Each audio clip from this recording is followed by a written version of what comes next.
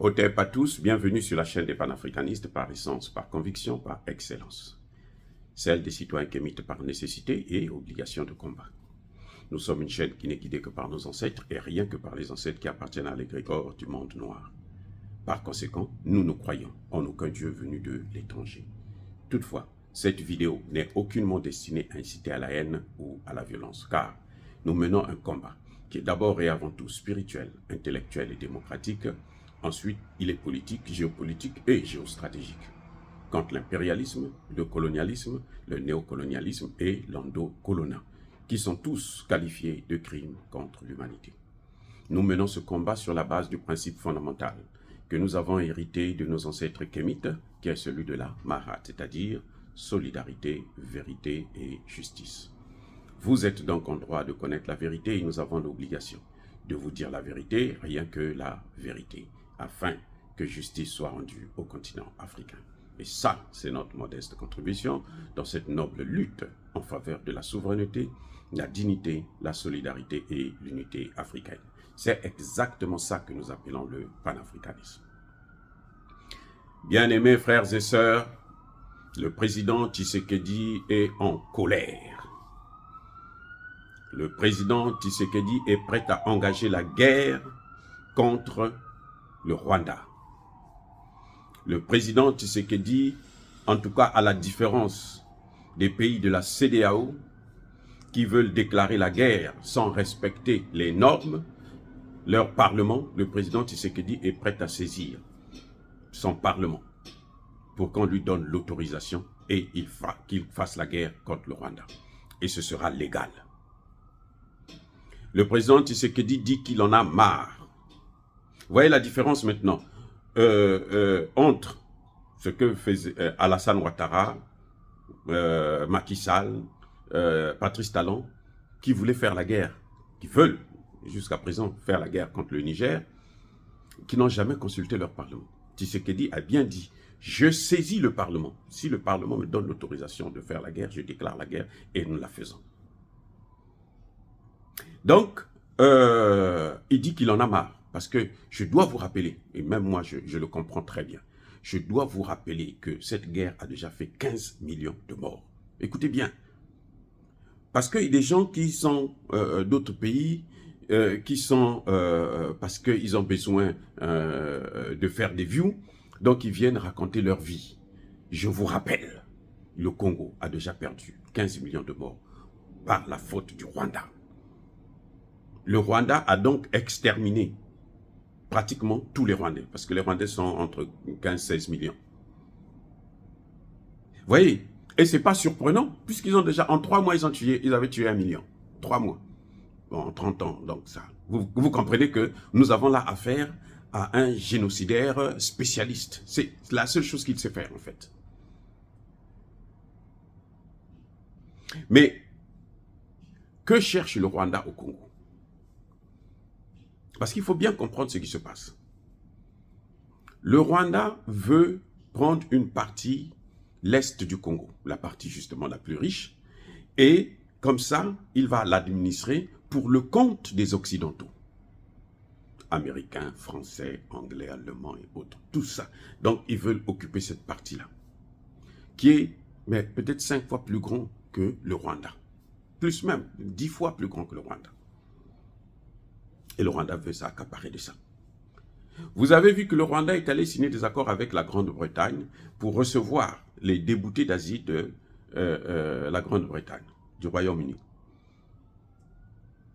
Ce projet a été bloqué par les institutions judiciaires britanniques, mais le nouveau Premier ministre, là, l'Indien, là, a relancé la procédure. Ils ont signé encore d'autres accords.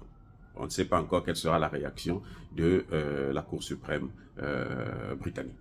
Mais, si le Rwanda a un problème de terre, le Rwanda compte à peine 21 000 km² pour une population de près de 16 millions d'habitants.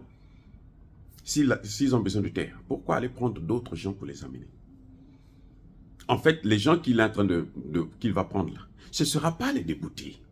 Ce seront les mercenaires, ça va être des mercenaires qu'ils vont envoyer pour aller justement occuper l'Est du Congo.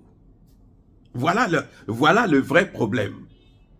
Ce n'est pas des bouteilles d'asile. Ah, mais avant, l'Angleterre faisait comment? Avant, ils faisaient comment? Pourquoi maintenant, ils ont besoin de les prendre, de les envoyer là-bas? Ils vont envoyer des ingénieurs, ceux qui vont, les experts pour exploiter ces matières premières.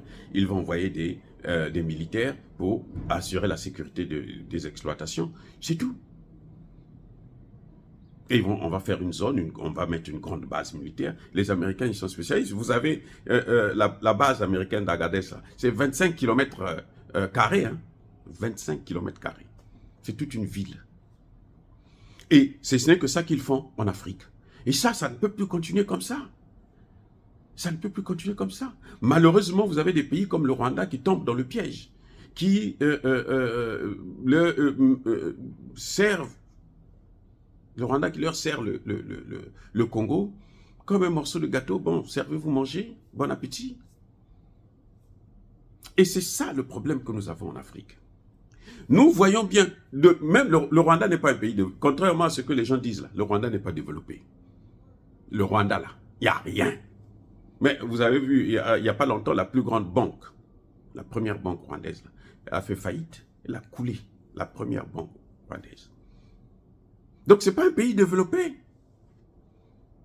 Et notre développement là, il est lié aux relations que nous avons entre États. C'est-à-dire, plus nous serons unis pour regarder ensemble dans la même direction, vous allez voir que nous allons nous élever, nous tous. Dans la sous-région, là, même en Afrique, le moteur du développement, c'est le Congo démocratique. Si le Congo démocratique s'en sort, ça va relancer toutes les économies de la sous-région. Dieu n'est pas bête. C'est-à-dire que, je ne sais pas, Dieu n'est pas aussi stupide que ça. Il a placé le Congo là, tel qu'il est, là où il est, avec les matières qu'il a. Ce n'est pas seulement pour les Congolais, mais c'est pour toute l'Afrique. Il faudrait que nous puissions être unis pour qu'ensemble nous puissions travailler. Parce que les populations se déplacent. Voilà, ce n'est pas en faisant la guerre pour venir prendre ce qui ne vous appartient pas, par le vol, et puis vous allez vous dire que vous êtes riche. Non. Non. Et pire, c'est que vous ne faites pas ça pour les Rwandais, ce n'est pas au bénéfice des Rwandais, c'est au bénéfice des Occidentaux. De ceux-là qui nous ont pris en esclavage, qui nous ont colonisés. Et eux, ils viennent, quand ils viennent tous ensemble. Il y a des gens qui disent que non, ce que dit Tshisekedi, c'est le populisme. Non, ce n'est pas le populisme. Donc les morts qu'il y a eu là, c'est le populisme. Et vous voyez, ça dit que les Africains, je ne sais pas qu'est-ce que nous avons. On aime, ça dit qu'on aime supporter n'importe quoi, n'importe quelle bêtise. Parce qu'on n'aime pas Tshisekedi, alors il faut l'insulter à tout moment. Il faut, même quand il a raison, il faut dire qu'il a tort. C'est comme aujourd'hui, Alassane Ouattara, s'il a tort, s'il a raison, moi je dirais qu'il a raison. Là, il a bien fait. Malheureusement, bon, il n'a jamais bien fait ce type. Mais bon, que voulez-vous? Le Congo démocratique est agressé par le Rwanda. Les États-Unis et les pays de l'OTAN ont mis le Congo sous embargo. C'est un embargo illégal parce qu'ils ne sont pas passés par le Conseil de sécurité de l'ONU. Et parce qu'ils n'ont rien à reprocher à un pays comme le Congo qui ne veut que se protéger, se défendre. On ne peut pas interdire à un pays qui est attaqué de ne pas s'acheter des armes pour se protéger.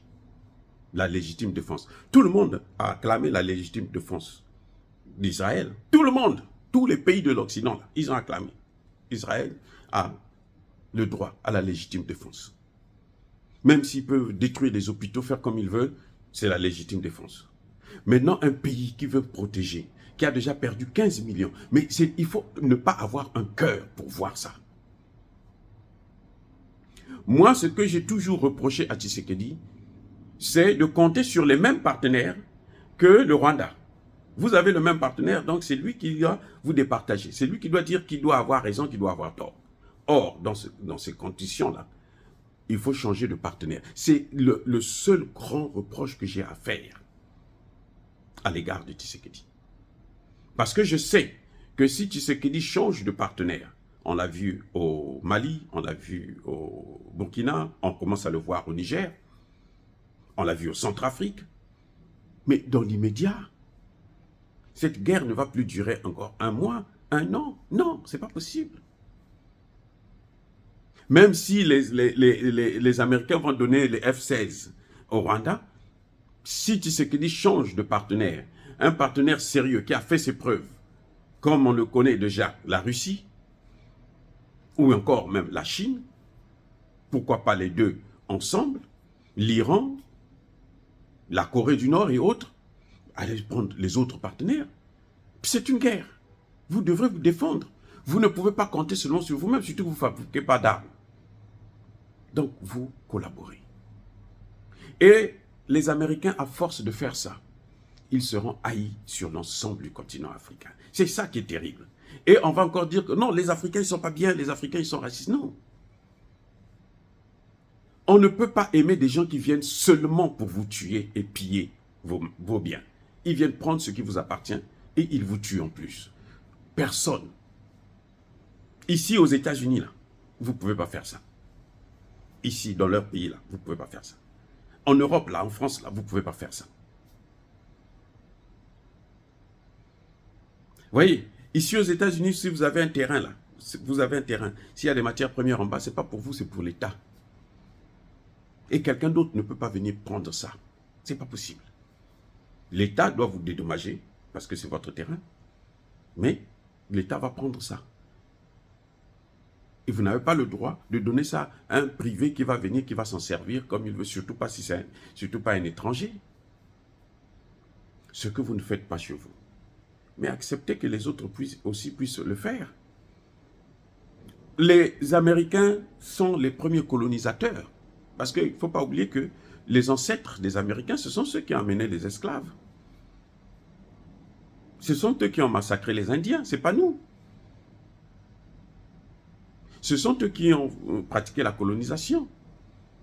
Il y a des gens qui vous disent que non, les Américains n'ont jamais colonisé l'Afrique. Mais qui a décrété la France comme étant le gendarme de l'Afrique? C'est qui? C'est pas les Américains? Ce sont eux. Donc, voilà, bien-aimés frères et sœurs. Tshisekedi, je comprends sa colère. Et j'espère seulement, je pense que ceux qui critiquent Tshisekedi, qui ne veulent pas, qui disent que c'est un populiste, il fait ça parce que il ferait mieux de s'adresser à Kagame, de dire à Kagame, arrête, tu as assez tué. Kagame a fait ses preuves en 1 mois, en 3 mois plutôt, 3 mois.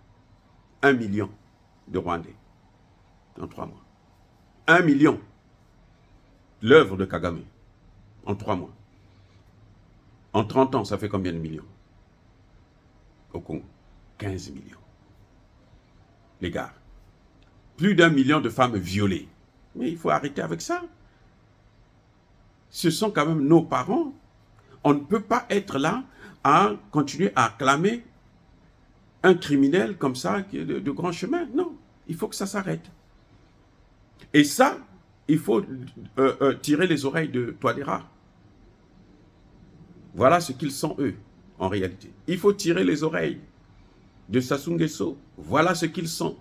Ils viennent tranquillement chez vous, sous prétexte qu'ils viennent vous aider. Mais ce sont les premiers à vous massacrer vous-même.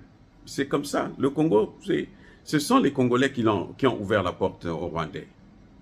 Ils ont ouvert la porte et maintenant, voilà ce qu'ils sont en train de leur donner comme réponse. Et c'est ça le propre des Africains, malheureusement. Dire cela, c'est inciter à la haine ou à la violence. Non, nous voulons qu'il y ait la paix, nous voulons qu'on arrête les massacres. Et donc Kagame doit se retirer du Congo, doit laisser les Congolais régler leurs problèmes entre eux et je suis sûr que la solution sera trouvée très rapidement. En tout cas, bien-aimés frères et sœurs, soyez bénis, abondamment bénis par le Dieu des Kémites et par nos ancêtres angélisés. Mais que tous ceux qui persécutent le continent africain le pillent et le déstabilisent, qu'ils soient noirs, blancs, chinois, arabes, juifs, indiens ou qui qu'ils soient punis, maudits, foudroyés, neutralisés, écrasés, effacés par ce Dieu des Kémites et par nos ancêtres angélisés. Vive l'Afrique éternelle, je dis et j'assume.